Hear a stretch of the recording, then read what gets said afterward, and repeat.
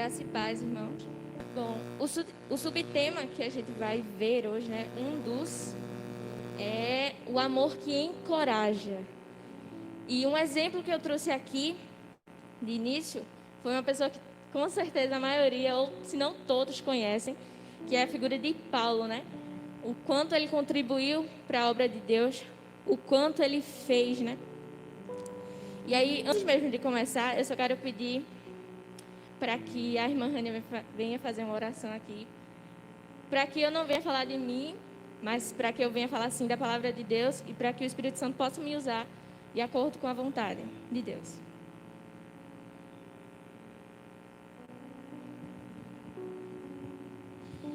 Vamos ficar de pé para orar?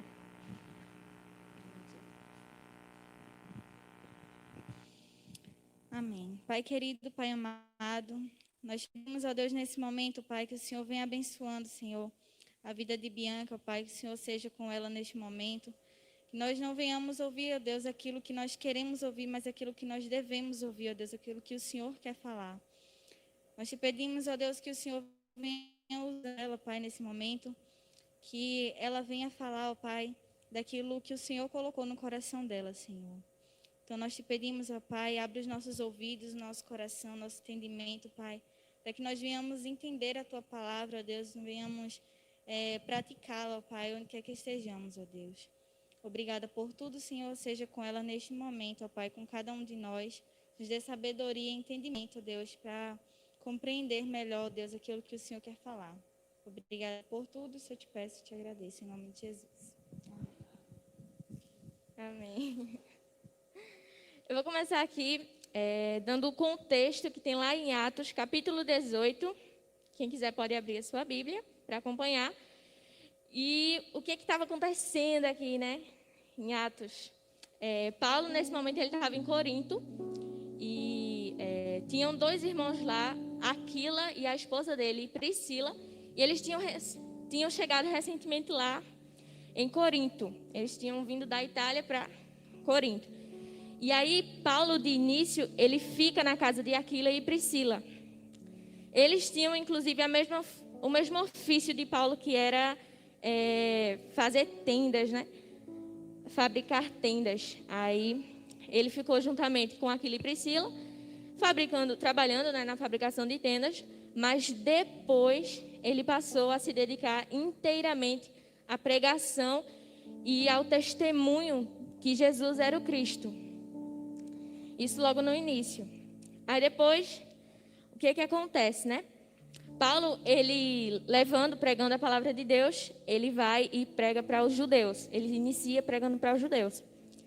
Mas os judeus, eles não aceitam aquilo que Paulo estava pregando.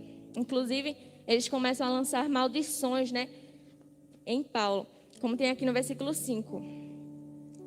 Paulo, ele se dedicou exclusivamente à pregação, testemunhando aos judeus que Jesus era o Cristo. Opondo-se eles e lançando maldições, Paulo sacudiu a roupa e lhes disse: caia sobre a cabeça de vocês o seu próprio sangue. Estou livre da minha responsabilidade. De agora em diante irei para os gentios. Então Paulo, ele fez a parte dele, ele pregou aos judeus, mas os judeus, eles não aceitaram a palavra. E aí Paulo, ele já ficou livre da responsabilidade dele, né? Não é que ele jogou para o alto, mas ele levou a palavra. Eles não aceitaram, os judeus não aceitaram. Então, aí já é dele com Deus. Assim a gente também tem que fazer, né? A gente tem que levar a palavra para toda criatura. Mas aí, se essa pessoa ela não aceita a palavra de Deus, não é que a gente não deve insistir, mas tem um momento que a gente tem que partir para outra, entendeu? Ou Deus vai usar outra pessoa na vida dessa pessoa, levando a palavra para ela e ela vai se converter, ou aí já vai ser ela com Deus no dia do julgamento aí. E aí, Paulo passa a pregar para os gentios. E a gente vê ali que ele vai na sinagoga, foi para a casa de Tício Justo, que era um homem temente a Deus, que morava ao lado da sinagoga. E tem aqui a conversão de Crispo, né? Paulo estava ali levando a palavra de Deus, foi para os gentios, para os coríntios, e Crispo se converte. Crispo era o chefe da sinagoga. E quem se converteu? Ele e a casa dele. Isso é muito interessante, né? E aí, não apenas Crispo, mas também muitos outros coríntios que creram na palavra de Deus, creram naquilo que ouviram, eles se converteram e eles foram batizados. E aí aqui vem, né? Veio aqui o verso 9, que eu quero chamar um pouco mais de atenção para esse verso também, que fala assim: certa noite, o Senhor falou a Paulo em visão: não tenha medo, continue falando e não fique calado, pois estou com você e ninguém vai lhe fazer mal ou feri-lo, porque tem muita gente nessa cidade. E aí é que vem, né? Nessa visão de Paulo, o que Deus faz? Deus encoraja Paulo para que ele não desista. Deus fala: olha, não tem medo não, eu estou contigo, entendeu? Eu estou contigo, onde você for, eu estou contigo. E é justamente isso que eu quero que nós venhamos ter nos nossos corações, sabe? Não eu, mas com certeza Deus, Ele a todo momento, Ele está nos encorajando a continuar. Ele fala: olha, não para não, entendeu? Persevera. É justamente por isso que aqueles que perseveram serão salvos. E aí, se a gente perseverar na palavra de Deus, se a gente confiar em Deus, a gente vai ser usado por Ele para levar a palavra dEle e para que mais pessoas sejam salvas também. E trazendo aqui esse exemplo de Paulo, né, que ele se entregou inteiramente à pregação da palavra e ao testemunho de Jesus. E a gente vê que muitas coisas Paulo fez, sendo usado por Deus. Inclusive, tem um versículo aqui que eu quero trazer, está no verso 11, já do capítulo 19, não é mais do capítulo 18, que fala assim: Deus fazia milagres extraordinários por meio de Paulo. Então, Paulo, ele ali, na vontade, sabe, de fazer, de falar de Deus, de pregar a palavra dele. E Deus usou ele de maneira grandiosa e usou ele de maneira extraordinária para fazer também com que outras pessoas fossem salvas, com que outras pessoas crescem.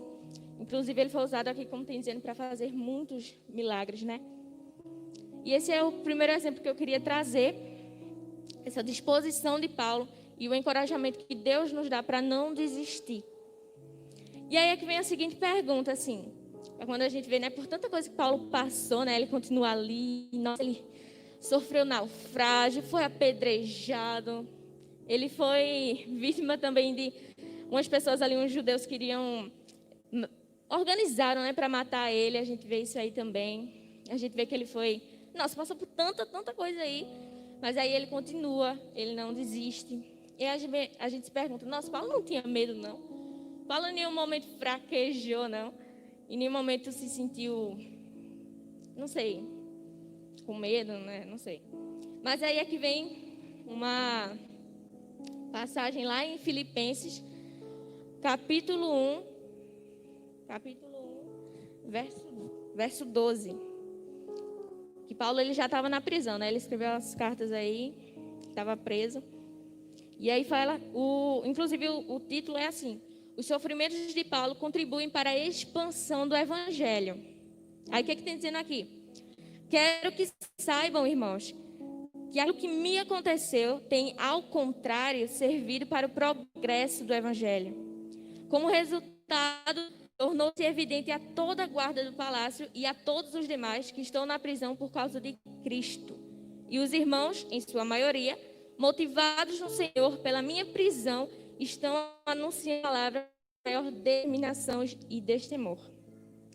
Aí a gente vê aqui que Paulo, mesmo preso, ele não estava se lamentando. Medo, ele podia ter, né? Mas ele confiava em Deus. Ele podia estar cansado fisicamente, sim, mas ele continuava perseverando ali na obra de Deus. E mesmo preso, ele estava servindo de exemplo para os outros.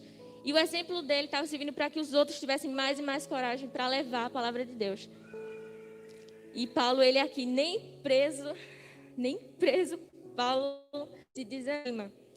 E aí eu quero também mostrar, tem um provérbio que me chamou a atenção, que essa atitude de Paulo é um exemplo disso que está lá em Provérbios. Provérbios, capítulo 24, verso 10.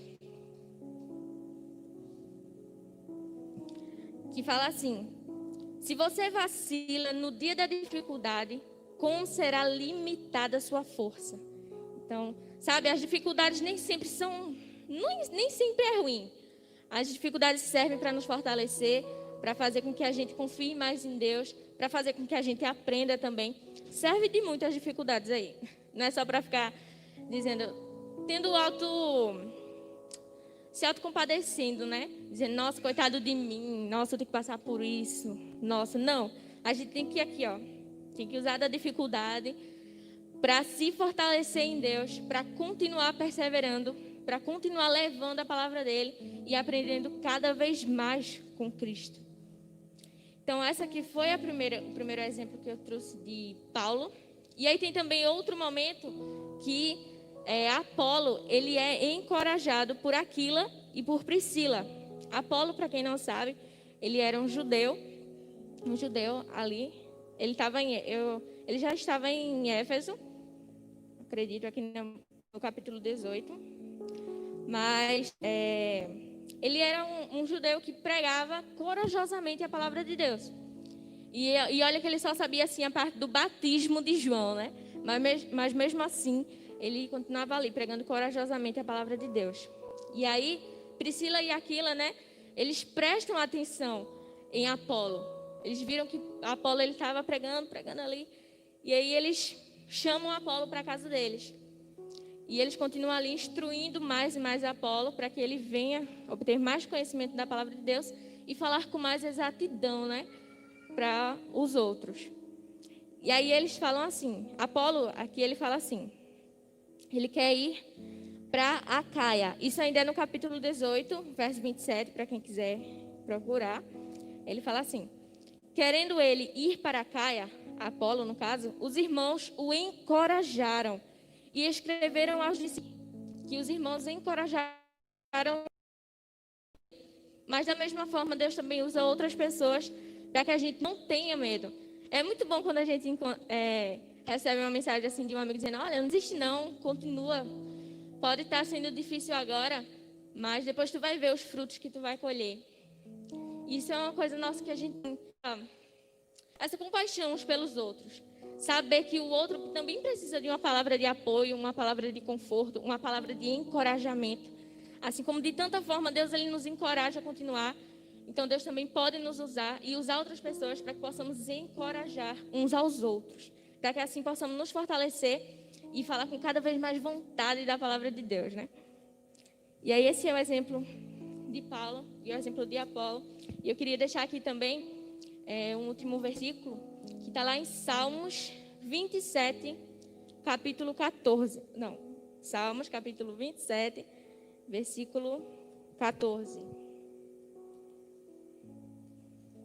Para que essa palavra fique no nosso coração, para que a gente venha nos encorajar, para que a gente venha confiar mais em Deus, para que possamos continuar a perseverar e no fim ser salvo, né?